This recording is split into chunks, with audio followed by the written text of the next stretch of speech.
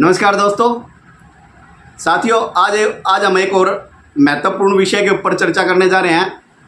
हरियाणा कांग्रेस ने हरियाणा सरकार के खिलाफ आरोप पत्र जारी किया है और इस आरोप पत्र के अंदर कांग्रेस ने यह दावा किया है कि हरियाणा की बीजेपी सरकार के ऊपर उन्होंने गंभीर आरोप लगाए हैं। लेकिन क्या इन आरोपों में कोई सच्चाई है? तो आइए हम सब इस मुद्दे के ऊपर विस्तार से चर्चा करते हैं। लेकिन साथियों, वीडियो में आगे बढ़ने से पहले उन सभी दोस्तों से निवेदन है, जिन साथियों ने चैनल को सब्सक्राइब नहीं किया है, कृपया वो चैनल को सब्सक्राइब करें और वीडियो पसंद आए तो लाइक ज़रूर कीजिएगा और वीडियो को शेयर कीजिएगा। और साथियों, आप इन मुद्दों के ऊपर आप अपने क्या विचार रखते हैं, क्या राय रखते हैं, तो कमेंट सेक्शन के अंदर अपने विचार व्यक्त जरूर कीजिएगा। कांग्रेस ने बीजेपी से 15 सवाल पूछे हैं और कांग्रेस ने एक अभियान चलाया है जिसका नाम रखा है हरियाणा मांगे हिसाब।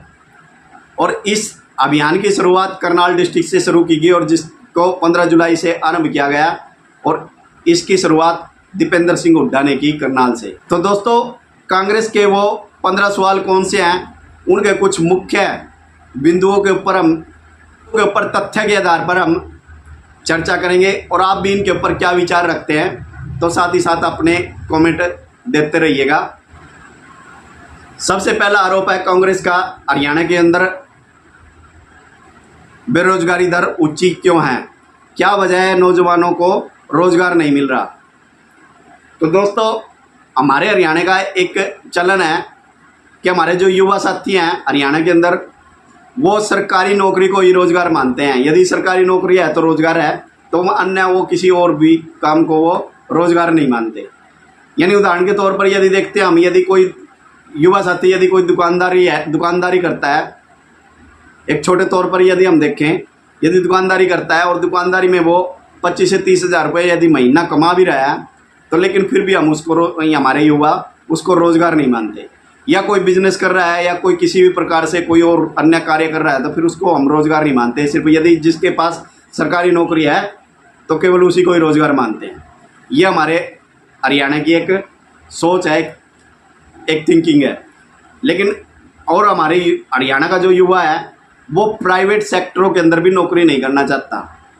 हरियाणा सरकार ने बहुत सारी ऐसी योजनाएं चलाई जिसके माध्यम से यानी कि प्राइवेट सेक्टरों के अंदर युवाओं को नौकरी दिलाने का काम किया। लेकिन हमारे हरियाणा के युवा केवल सरकारी नौकरी को ही रोज़गार मानते हैं, प्राइवेट नौकरी को तवज्जो नहीं देते हमारे हरियाणा के अंदर। ये हमारे हरियाणा की एक खासियत है। सरकारी आंकड़ों के अनुसार पिछले वर्षों में विभिन्न योजनाओं के अनुसार नौकरी के अवसर बढ़े हैं। स्किल इंडिया, मुद्रा योजना जैसी योजनाओं से रोजगार में वृद्धि हुई है। HKRN के माध्यम से लाखों युवाओं को रोजगार दिया गया और हरियाणा सरकार ने हरियाणा ई कर्मा योजना बेरोजगारी को कम करने के लिए चलाई। IT सक्षम योजना की शुरुआत की। तो यानी कि ऐसी बहुत सारी योजनाएं हैं जो सरकार के द्वारा यानी कि बेरोजगारी को कम करने के लिए चलाई गई। लेकिन हमारे हरियाणा की एक सोच है, केवल सरकारी नौकरी को ही रोजगार मानते हैं। और दूसरा जो कांग्रेस की तरफ से जो आरोप लगाया गया है, बीजेपी शासन में किसानों की आत्महत्या में वृद्धि हुई है। तो दोस्तों, अब आप ये बताइए, ये जो कांग्रेस ने ये जो आरोप लगाया है हरियाणा सरकार के ऊपर, तो आप अपने कमेंट सेक्शन में ये जरूर बताइए, लिख करके अपने विचार जरूर व्यक्त कीजिए। आपके आसपास, आपके गांव में या आपके आसपास के गांव में, आस पड़ोस का जो भी गांव है या आपके डिस्ट्रिक्ट के अंदर या आपकी कोई रिश्तेदारी में आपने ऐसे कितने किसानों को आत्महत्या करते हुए आपने देखा है या सुना है इन 10 वर्षों में? आप कमेंट के अंदर ये जरूर बताइएगा कि इन 10 वर्षों में आपने कितने किसानों को आत्महत्या करते हुए देखा है या आपके गांव में कितने किसानों ने आत्महत्या की है। लेकिन साथियों, मैं अपनी बात करता हूं। हमारा डिस्ट्रिक्ट करनाल है। करनाल डिस्ट्रिक्ट से और कुरुक्षेत्र भी पड़ोस में है और कैथल भी बिल्कुल पड़ोस में है। इन 3 डिस्ट्रिक्टों में हमने तो 10 वर्ष में ऐसा कुछ भी नहीं सुना, ऐसी कोई भी खबर नहीं सुनी भी किसी किसान ने आत्महत्या की है।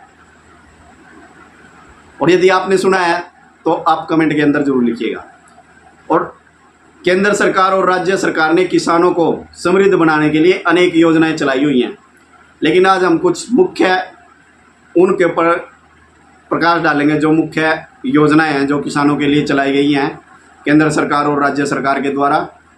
यंत्र अनुदान योजना, तो साथियों ये केंद्र सरकार के द्वारा चलाई गई योजना है और इस योजना के माध्यम से यानी कि जो छोटे किसान हैं जो कृषि के यंत्र नहीं खरीद सकते, जैसे ट्रैक्टर से लेकर के जो भी कृषि उपयोग में जो भी यंत्र होते हैं उन यंत्रों को नहीं खरीद सकते, तो सरकार की ये योजना है कि 60% उनको सब्सिडी दी जाती है कृषि यंत्र खरीदने के लिए।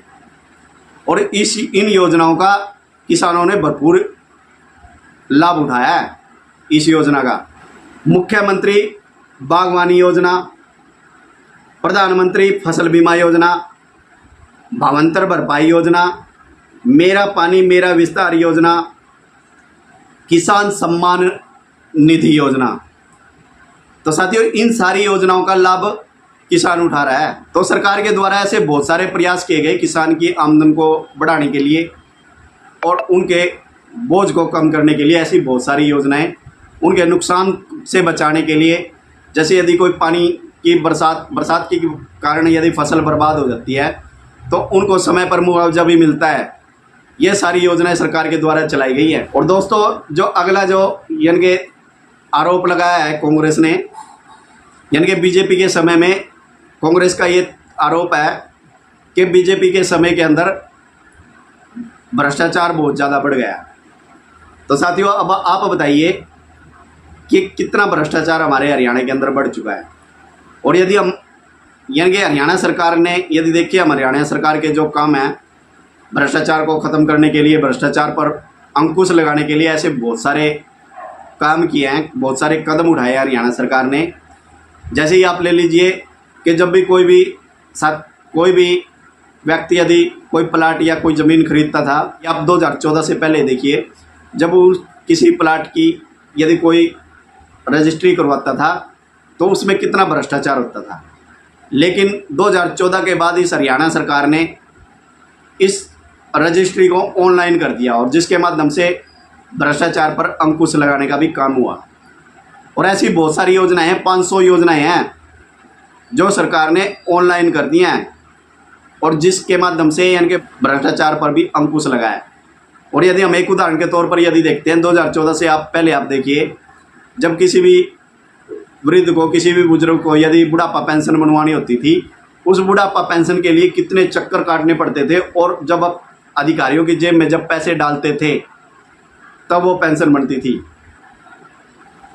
लेकिन आज हरियाणा सरकार ने वो काम कर दिया कि जब किसी की भी यदि 60 साल की यदि उम्र पूरी हो जाएगी तो उसको कहीं भी जाने की, कुछ भी करने की ज़रूरत नहीं है, घर बैठे ही उसकी पेंशन अपने आप बन करके उसके अकाउंट के अंदर आ जाएगी। तो ऐसी योजनाएं सरकार ने लागू की जिसके माध्यम से कुछ हद तक भ्रष्टाचार पर रोक लगाने के लिए, अंकुश लगाने में कामयाब भी रही है सरकार।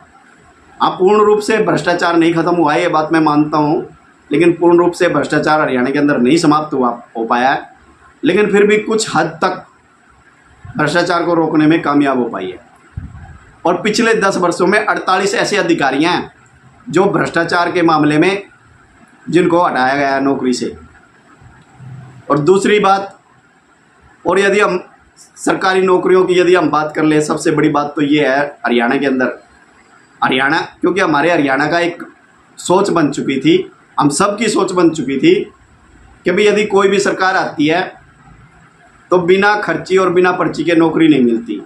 और हमारे ऐसे बहुत सारे गरीब परिवार हैं हमारे हरियाणा के अंदर, और उन गरीब परिवारों के युवा जब पढ़ाई को बीच में ही छोड़ देते थे, वो ये सोच करके जब हमारे पास पैसा ही नहीं है, नहीं पैसा है और नहीं पर्ची है, तो नौकरी तो मिलने का सवाल ही पैदा नहीं होता, तो इसलिए वो पढ़ाई को बीच में छोड़ करके मजदूरी करना शुरू कर देते थे।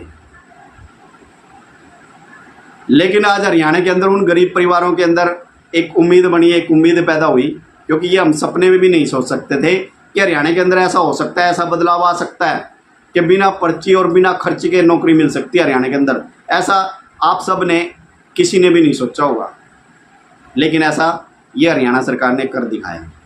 ये चमत्कार ही किया एक किस्म का। और अब हमारे गरीब समाज के यानी कि गरीब परिवारों के युवा बच्चे अब पढ़ना शुरू कर दिया। अब उनको लगने लगा यदि आप सही ढंग से पढ़ेंगे तो नौकरी आपको पक्की मिलेगी। तो ये सोच बदल चुकी है हमारे हरियाणा के अंदर। दूसरा एक और होता था, एक चीज़ और होती थी हरियाणा के अंदर, जो हमारे सरकारी कर्मचारी होते थे, जो भी यदि कोई सरकारी जॉब के ऊपर लगा होता है, सरकारी नौकरी के ऊपर लगा होता था, वो अपने घर से कई किलोमीटर यानी कि दूसरे डिस्ट्रिक्ट में बैठा होता था।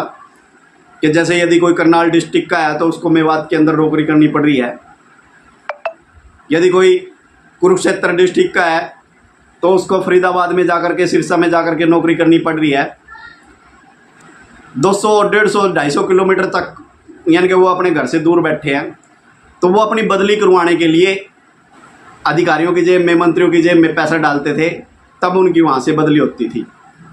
लेकिन अब हरियाणा सरकार ने उस ट्रेंड को भी बदल दिया कि बदलियाँ अब ऑनलाइन कर दी हैं। अब किसी को भी किसी मंत्री के पास जाने की ज़रूरत नहीं, किसी मंत्री के पैर पकड़ने की ज़रूरत नहीं है, और भर्ती यानी कि बदली अपने आप ही हो जाती है। तो कहने का मतलब ये है कि हरियाणा के अंदर कुछ हद तक भ्रष्टाचार पर अंकुश लगा है, इसमें कोई दो राय नहीं है, ये एक सत्य है। लेकिन चाहे इस बात को कोई माने या ना माने वो बात अलग है, लेकिन कुछ हद तक हमारे हरियाणा के अंदर भ्रष्टाचार समाप्त किया गया है। और कांग्रेस का जो अगला आरोप है हरियाणा सरकार के ऊपर, वो क्या है? पानी की समस्या का समाधान कब तक होगा? कई गाँव के अंदर पानी नहीं है। तो साथियों, अब आप बताइए, कांग्रेस ने ये जो आरोप लगाया भाई गांव के अंदर पानी नहीं है, तो आप जिस गांव में बैठे हैं, आप अपने गांव के बारे में अब आप बताइए कमेंट के अंदर, क्या आपके गांव के अंदर हर घर में पानी नहीं है? या फिर आपके पड़ोस के अंदर यदि कोई ऐसा गांव है, या कोई आपके डिस्ट्रिक्ट के अंदर ऐसा गांव है, या कोई आपकी रिश्तेदारी में कोई ऐसा गांव है जहां पर पानी नहीं है, तो आप कमेंट के अंदर उस गांव का नाम जरूर लिखिएगा, उस एरिया का जरूर नाम लिखिएगा जहां पर पानी नहीं है। क्योंकि सरकार ने एक योजना चलाई थी, हर घर नल हर घर जल, और सरकारी आंकड़ों के अनुसार यही है कि हर घर के अंदर पानी है अब हरियाणा के अंदर। लेकिन अब कमेंट के अंदर अब आप बताइए इस सरकारी इस आंकड़े में कितनी सच्चाई है और कितना झूठ है।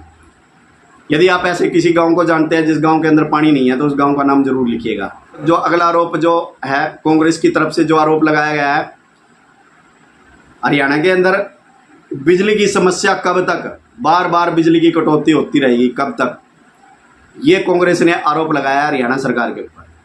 तो साथियों, अब आप बताइए आपके गांव के अंदर कितने घंटे बिजली आती है? या फिर आपके पड़ोस का कोई गांव ऐसा, या आपके डिस्ट्रिक्ट का कोई गांव ऐसा, या आपके रिश्तेदारी का कोई गांव ऐसा जिस गांव के अंदर बिजली नहीं जाती है? तो बताइए, आप कमेंट के अंदर उस गांव का नाम जरूर लिखिएगा।